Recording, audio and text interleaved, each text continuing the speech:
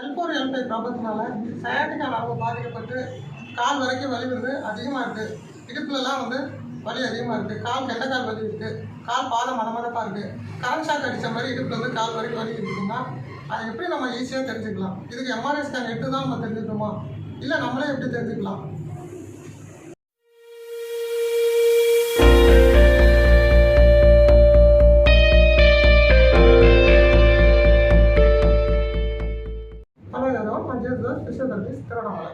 இந்த வீடியோவில் வந்து பார்த்தீங்கன்னா நிறைய பேருக்கு L4 L5 ப்ராப்ளத்தினால சயாட்டிக்கா நரம்பு பாதிக்கப்பட்டு இடுப்புல இருந்து கால் வரைக்கும் அதிகமாக வலி இருக்குது. கால் நடக்கவே முடியல, காலே வந்து மதமதப்பாக இருக்குது, கால் பாதம் கீழே வைக்கிற மாதிரியே தெரியல. இந்த மாதிரி நிறையா கண்டிஷன் இருக்குது. இந்த கண்டிஷனுக்கு வந்து முக்கியமாக வந்து எம்ஆர்ஐ எடுத்து பார்த்தா தான் வந்து L4 L5 லெவலில் வந்து டிஸ்க்கு பாதிப்பு இருக்கா இல்லையா அப்படின்னு தெரிஞ்சுக்க முடியும்னு நம்ம சொல்கிறோம். அதுக்கு முன்னாடி வீட்லேயே வந்து நமக்கு L4 L5 பாதிப்பு இருக்கா, சயாட்டிக்கா நரம்பு பாதிக்கப்பட்டிருக்கா அப்படின்னு எப்படி தெரிஞ்சுக்கலாம் அப்படிங்கிறதுக்கு ஒரு சிம்பிளான ஒரு 4 டெஸ்ட் நான் சொல்லியிருக்கேன். இதை கண்டிப்பாக செஞ்சு பாருங்கள். இந்த மாதிரி நீங்கள் பார்க்கறதுக்கு முன்னாடியே வந்து இந்த டெஸ்ட்டு நீங்கள் செஞ்சு பார்த்தாலே வந்து உங்களுக்கு உண்மையிலே சயாட்டிக்கா நரம்பு தான் பாதிக்கப்பட்டிருக்கான்னு நீங்கள் தெரிஞ்சுக்கலாம். அது மட்டும் இல்லாமல் இது ஆரம்ப நிலையாக இருந்தால் சயாட்டிக்கா ப்ராப்ளம் தான் இருக்குது அப்படின்னு நினச்சிங்கன்னா ரொம்பலாம் ஒன்றும் இதுக்கு ஒன்றும் பயப்பட தேவையில்லை. இது வந்து ஆரம்பத்திலே வந்து சரி பண்ணக்கூடியது தான்.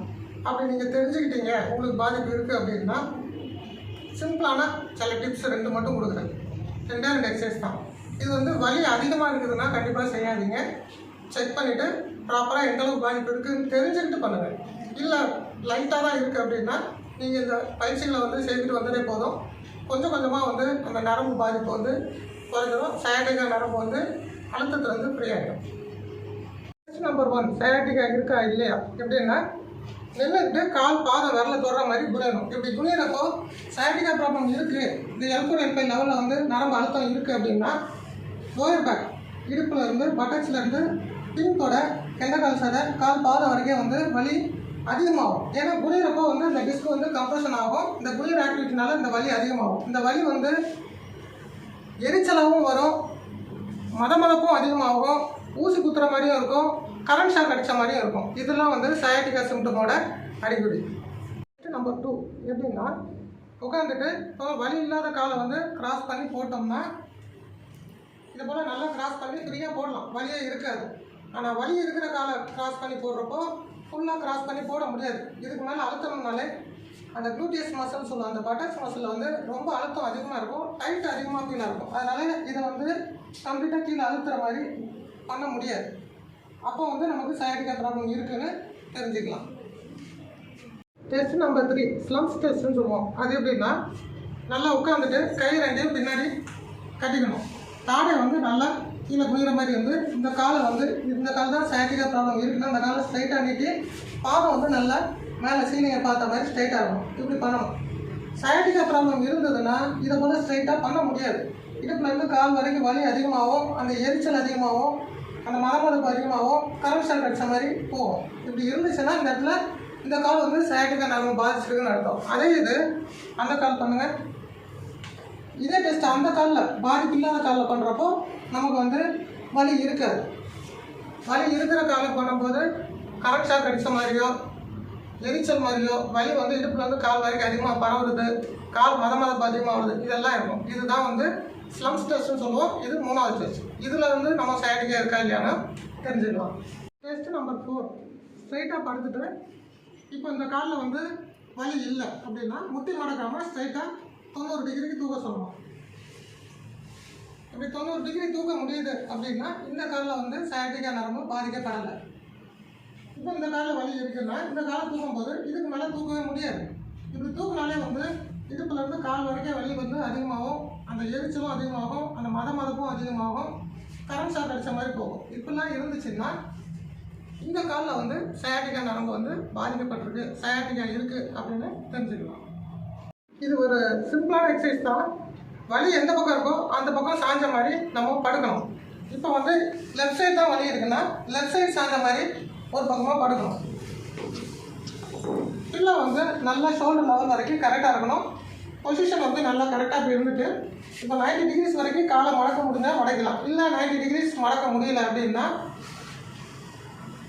இந்த பொசிஷனுக்கு மேலே மடக்கினாலே இந்த காலில் வந்து வலி அதிகமாக வருது அப்படின்னா வலி அதிகமாகாத அளவுக்கு பொசிஷனை வந்து மெயின்டைன் பண்ணிக்கணும். இந்த பொசிஷனுக்கு மேலே மடக்குனா வலி வருதுன்னா இந்த பொசிஷனோட நிப்பாட்டிட்டு இந்த கையை வந்து நல்லா ஸ்ட்ரைட்டாக இப்படி நீட்டிடணும். அதுக்கப்புறம் இந்த கையை வந்து நல்லா சாமி கும்பிட்ற மாதிரி இந்த பொசிஷனில் கரெக்டாக வச்சு இந்த இடுப்பும் இந்த ஷோல்டரும் சேமாக மூவ் ஆகணும். லேசாக இந்தளவுக்கு மூவ் ஆகணும் போதும். இந்த மூமெண்ட்டுக்கு மேலே போனுச்சுன்னா, இந்த மூமெண்ட்டுக்கு மேலே இந்த கையும் இந்த காலும் மூவ் ஆச்சுன்னா வலி அதிகமாகுதுன்னா செய்யக்கூடாது. அதுக்கப்புறம் இந்த மூமெண்ட் வந்து சேமாக அந்த இடுப்பும் ஷோல்டரும் மூவ் ஆகணும். அட் த சேம் டைம் வந்து இந்த கை மூவ் ஆகிற மாதிரி இந்த காலம் வந்து நேராக பின்னாடி மூவ் ஆகணும். அதுக்கப்புறம் ஸ்லோவாக திரும்ப வந்து மூவ் பண்ணணும். இந்த கால் மூவ் ஆகிற அதே சமயத்தில் கையும் மூவ் ஆகணும். இந்த ஷோல்டரும் இந்த ஹிப்பும் வந்து ஈவனாக மூவ் ஆகணும். இந்த மாதிரி மூமெண்ட் வந்து கிராஜுவலாக வந்து வலி அதிகமாகாத அளவுக்கு கொஞ்சம் கொஞ்சமாக ரிப்பீட் பண்ணணும். அதே போல் இந்த கை மூமெண்ட் வந்து ரொம்ப அதிகமாகவும் போகக்கூடாது. இந்த கால் எந்தளவுக்கு மூவ் ஆகுதோ அதே அளவுக்கு தான் வந்து இந்த கையை மூவ் பண்ணணும். கிராஜுவலாக வலி வந்து அதிகமாகாத அளவுக்கு கையையும் காலையும் வந்து ஸ்லோவாக முன்னாடியும் பின்னாடியும் மூவ் பண்ணணும். இந்த தண்டவரத்தை வந்து ட்விஸ்ட் பண்ணுற மாதிரியான மூவ்மெண்ட் இருக்கக்கூடாது. ஷோல்டர் வந்து அன்ஈவனாக போகக்கூடாது. அதாவது இடுப்போட மூமெண்ட்டை விட தாண்டி ஷோல்டர் மூமெண்ட் அதிகமாக வேகமாக போகக்கூடாது. கையோட மூமெண்ட்டை தாண்டி காலோட மூமெண்ட்டும் அதிகமாக போகக்கூடாது. ஈவனாக ஸ்லோவாக கரெக்டாக வலி குறைஞ்ச அளவுக்கு பண்ணணும். வலி அதிகமாக இருக்குதுன்னா இந்த மூவ்மெண்ட் பண்ணக்கூடாது. இது ஒரு 30 ரிப்பிட்டேஷன் கிராஜுவலாக பண்ணிகிட்டே வந்தோம்னா அந்த கீழே இருக்கிற கால் வரைக்கும் பரவலாக இருக்கிற வலி வந்து கொஞ்சம் கொஞ்சமாக குறையிறத வந்து நிச்சயமாக நாள் போக போக நம்மளால் உணர முடியும்.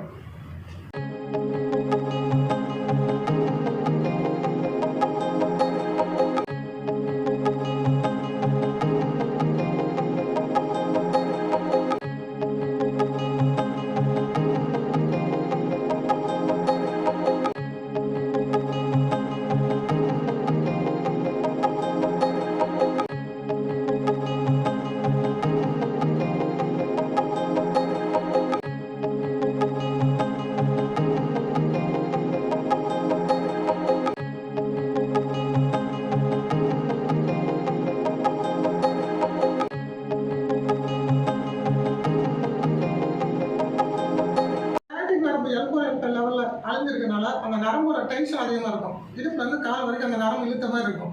அதுக்கு வந்து அந்த நரம்போட அழுத்தத்தையும் டென்ஷனையும் குறைக்கிறதுக்கு சிம்பிளாக உட்காந்தபடியே எப்படி செய்யலாம்னா சிம்பிள் எக்ஸசைஸ் தான். உட்காந்துட்டு வலி இருக்கிற காலை வந்து நல்லா ஸ்ட்ரைட்டாக மேலே பாதம் மேலே பார்த்த மாதிரி இருக்கும், தலையும் மேலே பார்த்த மாதிரி இருக்கும்.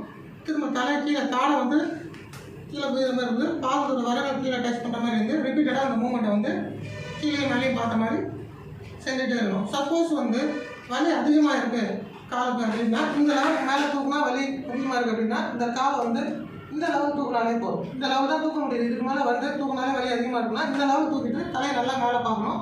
அதுக்கப்புறம் கீழே இறக்கி விரலில் டச் பண்ணுற மாதிரி காடை நல்லா கீழே புரியுற மாதிரி இருந்து திரும்ப செய்யணும். ஸோ இந்த லெவல் தூக்குனா போதும். இதுக்கு மேலே வலி அதிகமாக இருக்குன்னா அந்த மாதிரி தூக்கி ஸ்ட்ரெயின் பண்ணி செய்யக்கூடாது. அதுக்கப்புறம் கீழே இறக்கி விரலில் டச் பண்ணுற மாதிரி செய்யணும். இதுதான் வந்து அந்த சயாட்டிக் நரம்பு வந்து ஃப்ரீ பண்ணி யூஸ் பண்ணுற எக்ஸசைஸ். நல்லா மொபிலைஸ் ஆகும். அந்த நரம்புக்கு வந்து பிளட் சர்க்குலேஷன் நல்லா போகும். அந்த நரம்போட டென்ஷன் நல்லா குறையும். இது வந்து ஒரு 30 ரூபா உட்காந்த பொசிஷன்லேயே வந்து வலி அதிகமாகாத பொசிஷனில் வந்து கிராஜுவலாக கொஞ்சம் கொஞ்சமாக செய்யலாம். இந்த வீடியோவில் நம்ம சொன்னது போல் சில டெஸ்ட்லாம் செஞ்சு பார்த்து சயாட்டிக்கா நரம்பு பாதிக்கப்பட்டிருக்கு அப்படின்னா ரொம்ப பயப்பட தேவையில்லை. எக்ஸசைஸ் பண்ணியும் குறையல அப்படின்னாலும் பயப்பட தேவையில்லை. இல்லை நீங்கள் எம்ஆர்ஐ ஸ்கேன் எடுத்து பார்த்து பாதிப்பு அதிகமாக இருக்குது, நரம்பு அழுத்தம் அதிகமாக இருக்குது, ஜவ்வே கிழிஞ்சு வெளியே வந்து நரம்பு ரொம்ப அழுத்திருக்கு, இது வந்து ஆப்ரேஷன் தான் பண்ணணும், ரொம்ப சிவியராக இருக்குது அப்படின்னு நீங்கள் உங்களுக்கு சொல்லப்பட்டிருந்தால் தைரியமாக இருங்க. கண்டிப்பாக வந்து இந்த கண்டிஷனுக்கு வந்து ஆப்ரேஷன் இல்லாமல் எக்ஸசைஸ் பண்ண முடியாத சூழ்நிலை இருந்தாலும் அவங்களுக்குலாம் வந்து ஃபிசியோதெரப்பி மூலயமா நிறைய ட்ரீட்மெண்ட் டெக்னிக்ஸ்லாம் நம்ம வச்சுருக்கிறோம். நிறைய ட்ரீட்மெண்ட் ப்ரோட்டோகால்ஸ் இருக்குது. பேஷண்ட்டுக்கு பேஷண்ட் வந்து மாறுபாடும். இதில் வந்து பார்த்திங்கன்னா ஒரு பேஷண்ட்டுக்கு ஒரே லெவலில் அழுத்தம் இருந்தாலும் இன்னொரு பேஷண்ட்டுக்கும் அதே லெவலில் அழுத்தம் இருந்தாலும் பேஷண்ட்டுக்கு வந்து எக்ஸசைஸ் நாங்கள் சொல்லிக் கொடுக்குற விதம் வந்து ஒவ்வொரு பேஷண்ட்டுக்கு ஒவ்வொருத்தருக்கும் வந்து மாறுபாடாகும். ஏன்னா அவங்கள நான் டைரெக்டாக நாங்கள் பார்த்து அசஸ்மெண்ட் பண்ணி தான் இவங்களுக்கு என்ன எக்ஸசைஸ் கொடுக்கலாம், இவங்களுக்கு எந்த மாதிரியான எக்ஸசைஸ் வந்து சூட் ஆகுங்கிறத சொல்லுவோம். இல்லை இவங்களுக்கு எக்ஸசைஸ் செய்ய முடியாது, ஃபிசியோதெரப்பி ட்ரீட்மெண்ட்ஸில் சில டெக்னிக்ஸ் மூலிமா இவங்களுக்கு வந்து பெயினையும் அந்த நரம்பு அழுத்தத்தையும் கம்ப்ளீட்டாக ரிலீஸ் பண்ணிவிட்டு அதுக்கப்புறம் எக்ஸசைஸ் செஞ்சு ரிலீஸ் பண்ணணும் அப்படிங்கிற முடிவுக்கு வந்து கொடுக்குறோம். நீங்கள் கண்டிப்பாக இது என்னோடய வாட்ஸ்அப் நம்பர் தான், இதுக்கு தொடர்பு கொள்ளுங்கள். இதுக்கு வேறு வழியே இல்லை, அறுவை சிகிச்சை தான் தீர்வுன்னு சொல்லப்பட்டிருந்தால் தொடர்பு கொள்ளுங்கள். என்னோடய வாட்ஸ்அப் நம்பருக்கு உங்களோட ரிப்போர்ட்ஸ் அனுப்புங்க. நான் ரிப்போர்ட்ஸ் பார்த்துட்டு நான் உங்களுக்கு சொல்கிறேன். எங்கிட்ட அப்பாயின்மெண்ட் கன்ஃபார்ம் பண்ணி வாங்கிட்டு வாங்க. இதிலேருந்து உங்களை முழு விவரம் அடைகிறதுக்கு நாங்கள் கண்டிப்பாக உதவி பண்ணுறோம். தேங்க்யூ.